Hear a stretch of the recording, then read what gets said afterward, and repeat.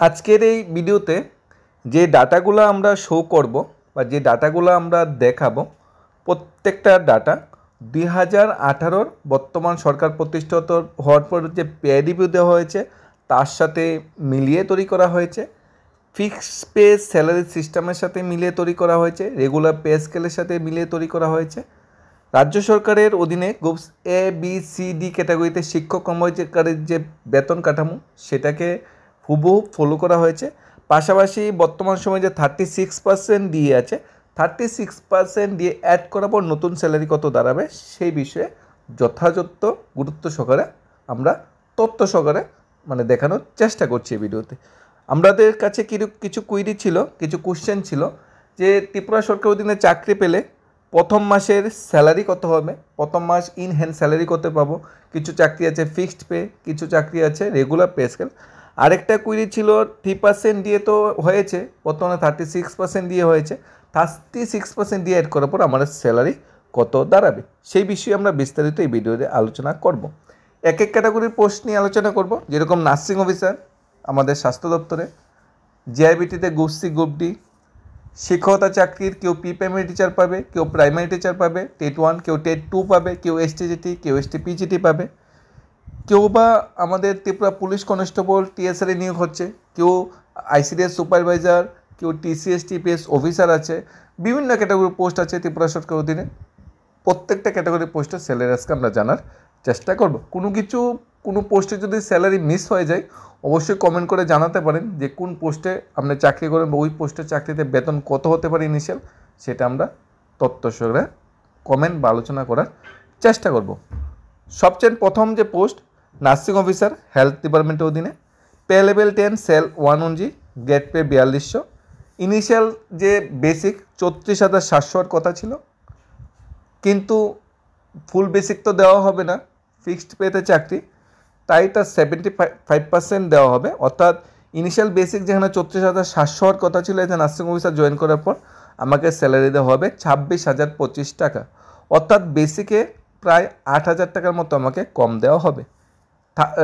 Salary regular pay স্কেলে যদি হতো 34,700 উপর বেসিক এর উপর 36% দিয়ে দেওয়া হতো, 8% এইচআরে দেওয়া হতো, সিএ 275, এমএ 500 দেওয়া হতো।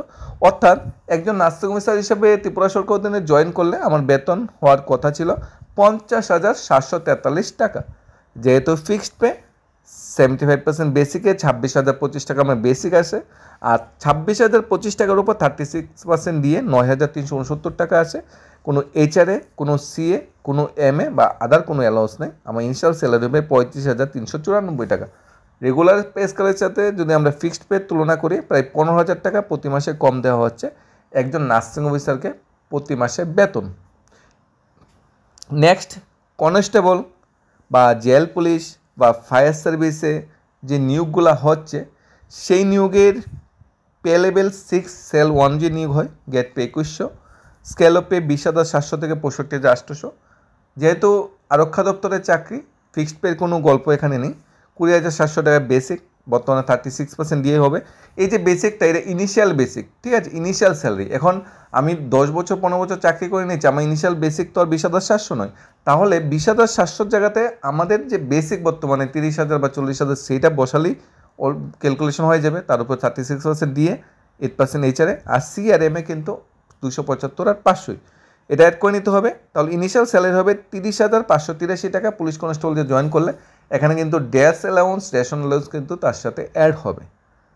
জিআইবিটিতে যদি লোয়ার ডিভিশন ক্লার্ক বা এগ্রি অ্যাসিস্ট্যান্ট পোস্টে জয়েন করি, pay level 7 cell 1 gate pay 2200, scale of pay 21,400, অর্থাৎ 21,400 বেসিক দিয়ে 36% 7,704 টাকা, এইচআরএ 8% 1,712 টাকা, সিএ 275, এমএ 500, 31,591 টাকা। জিআরবিটি গ্রুপ সিতে প্রথম মাসের বেতন যদি রেগুলার পে স্কেলে হয়, যেহেতু জিআরবিটির চাকরিগুলো ফিক্সড পেতে হয়, জিআরবিটি গ্রুপ সিতে যারা বর্তমানে চাকরি করছো তোমাদের বেতন অক্ষণ দাঁড়াবে ফিক্সড পেতে চাকরির প্রথম মাসের বেতন, আর 5 বছর যখন হওয়ার আগের বেতন কিন্তু সেম, বেতনে কিন্তু চেঞ্জ হয় না, শুধু ডিএটা চেঞ্জ হয়, বেসিকটা তো চেঞ্জ হয় না।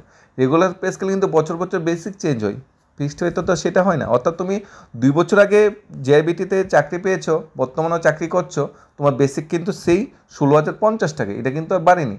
তাহলে তোমার বেসিক 16,050, তার সাথে 36% দিয়ে 5,778 টাকা, অর্থাৎ তোমার এখানে স্যালারি হবে 21,828 টাকা।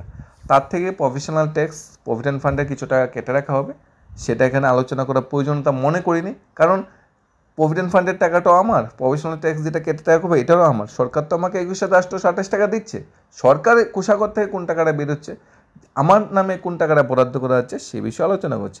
জেআইবিটিতে 2 ক্যাটাগরি পোস্ট আছে, এলডিসি এগ্রি অ্যাসিস্ট্যান্ট, আরেক ক্যাটাগরি পোস্ট যেটা আছে আমাদের junior operator and junior multitasking staff.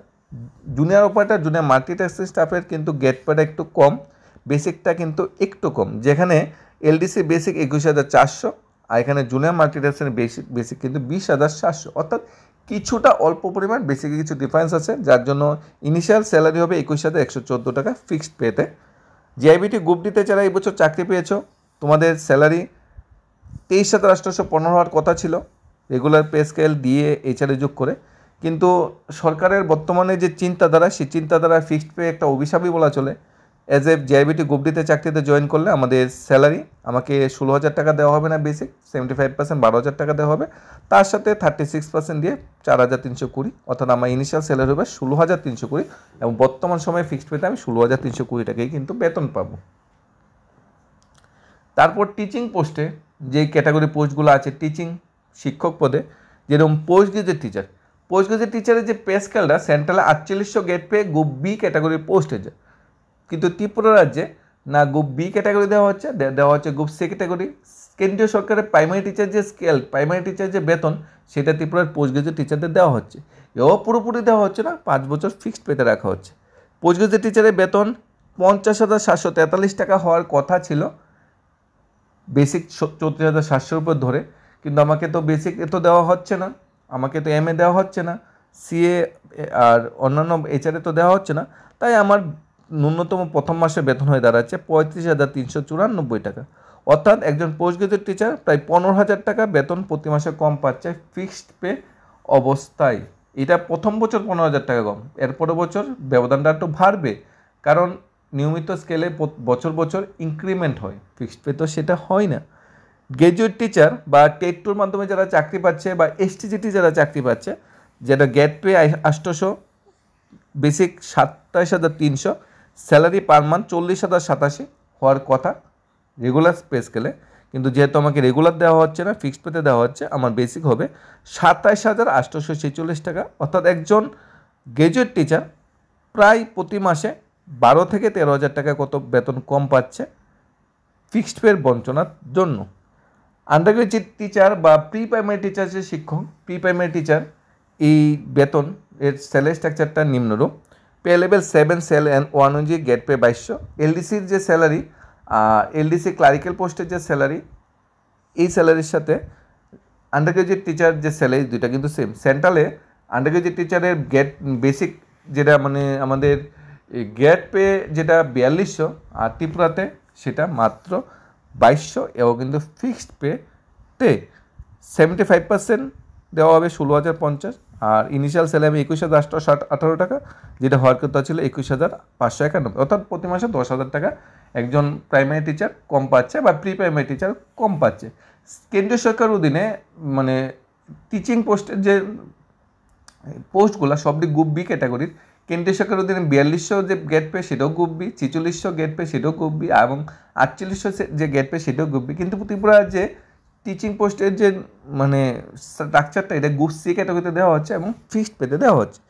ICDS supervisor পোস্টে আমরা যদি জয়েন করি, বা ইন্সপেক্টর ড্রাগস আছে, ইন্সপেক্টর ড্রাগস আছে যেটা, তারপরে যে স্যালারি স্টেনোগ্রাফার, এই যে স্যালারিটা টিপিএসসির অধীনে, এখানে আমাদের বেসিক 27,300, তাতে 36% দিয়ে 8% এইচআরএ, সিএ 275, এমএ 500, অর্থাৎ 40,087 টাকা পার মান্থ আমাকে স্যালারি হবে আইসিডিএস সুপারভাইজার পোস্টে যদি আমরা জয়েন করি।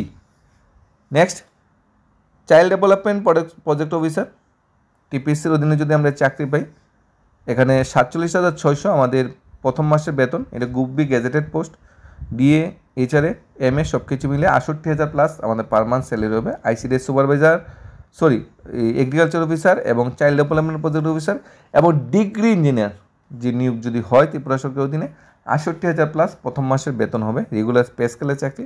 আর ডিপ্লোমা ইঞ্জিনিয়ারও কিন্তু রেগুলার পে স্কেলের চাকরি, এখানে বেতন হবে ৫০,৭৪৩ টাকা। অর্থাৎ ইঞ্জিনিয়ার পোস্টটা নিয়োগ হয় রেগুলার পে স্কেলে, কিন্তু শিক্ষক পোস্ট নিয়োগ হয় আমাদের ফিক্সড পে বেসিকে। Election inspector, sub inspector TPC, inspector food, small saving group FSS, যেখানে ৩৪,৭০০ টাকা পার মান্থ বেসিক, আর টোটাল স্যালারি ৫০,৮43 টাকা। আমরা টিপিএস অধীনে LD assistant cum typist group B category 5 ক্যাটাগরিতে যে নিয়োগটা হয়, এখানে গেট পে ২২০০ অনুযায়ী প্রথম মাসের বেতন ৩১,৫৯১ টাকা দেওয়া হয়। আর টিসিএস টিপিএস যে গ্রেড অফিসার আছে তারা প্রথম মাসে ইনিশিয়াল যে বেসিক সেটা ৫৪,০০০ টাকা পায়, আর সব কিছু মিলে স্যালারি ৭৬,৮৪০ টাকা। এরপর স্পেশাল এক্সিকিউটিভ পার মান্থ বেতন আমাদের ১৩,০০০ টাকা, 3% দিয়ে অ্যাড করার পরে কিন্তু আর বেতন কিন্তু স্পেশাল এক্সিকিউটিভ বাড়বে না, স্পেশাল এক্সিকিউটিভ বেতন কিন্তু সেই আগের মতোই থাকবে। এসপিও বেতন পার মান্থ ১২,০০০ টাকা, সেই আগের মতোই থাকবে। আর ডিআরডব্লিউ পার্ট টাইম ওয়ার্কারের দৈনিক হাজিরা ২০ থেকে ২৫ টাকা করে বৃদ্ধি পাবে, এত টাকাও বাড়বে না, ১০ থেকে ১২ টাকা করে বৃদ্ধি পাবে 3% দিয়ে দেওয়ার ফলে, এর থেকে বেশি বাড়বে না। আর অন্যান্য যে কন্ট্রাকচুয়াল পোস্টগুলো আছে আমাদের, এই বিভিন্ন কন্ট্রাকচুয়াল বা চুক্তিবদ্ধ চাকরিগুলো আছে, এই 3% দিয়ে বৃদ্ধি পাওয়ার পর ১ টাকাও বেতন বাড়বে, ঠিক আগের মতোই স্যালারি বাড়বে।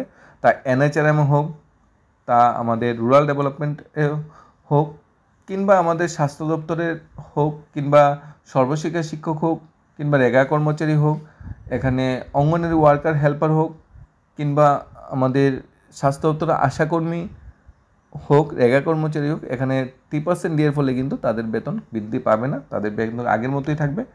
ইভেন হোমগার্ডের কিছু বৃদ্ধি পাবে, বাকিরা কিন্তু আর কিছু বৃদ্ধি পাবে না। এই ছিল ত্রিপুরা সরকার অধীনে যদি আমরা চাকরিতে জয়েন করি প্রথম মাসের বেতন কত, ত্রিপুরা সরকার অধীনে যদি চাকরিতে জয়েন করি ফিক্সড পে অবস্থায় স্যালারি কত, ত্রিপুরা সরকার অধীনে চাকরিতে জয়েন করি রেগুলার স্কেল আর ফিক্সড পেতে যদি মানে তুলনা করায় কত টাকা প্রতি মাসে লস হচ্ছে সে বিষয়ে আলোচনা করার একটু চেষ্টা চলছে, একটু চেষ্টা করেছি। পুরো ডাটাটা বেসিক পে ডাটাটা ত্রিপুরা পে মেট্রিক 2018 থেকে আমরা প্রথম বলেছি, সেখান থেকে নিয়েছি এবং সেখান থেকে নিয়ে তথ্য সহকারে বিশ্লেষণ করার চেষ্টা করছি। কোনো পোস্ট যদি খালি পড়ে থাকে বা খালি পড়ে যায়, আলোচনা হয়নি, অবশ্যই তোমরা কমেন্ট করে জানাতে পারো। ধন্যবাদ সবাইকে। Studies of Tripura YouTube channel.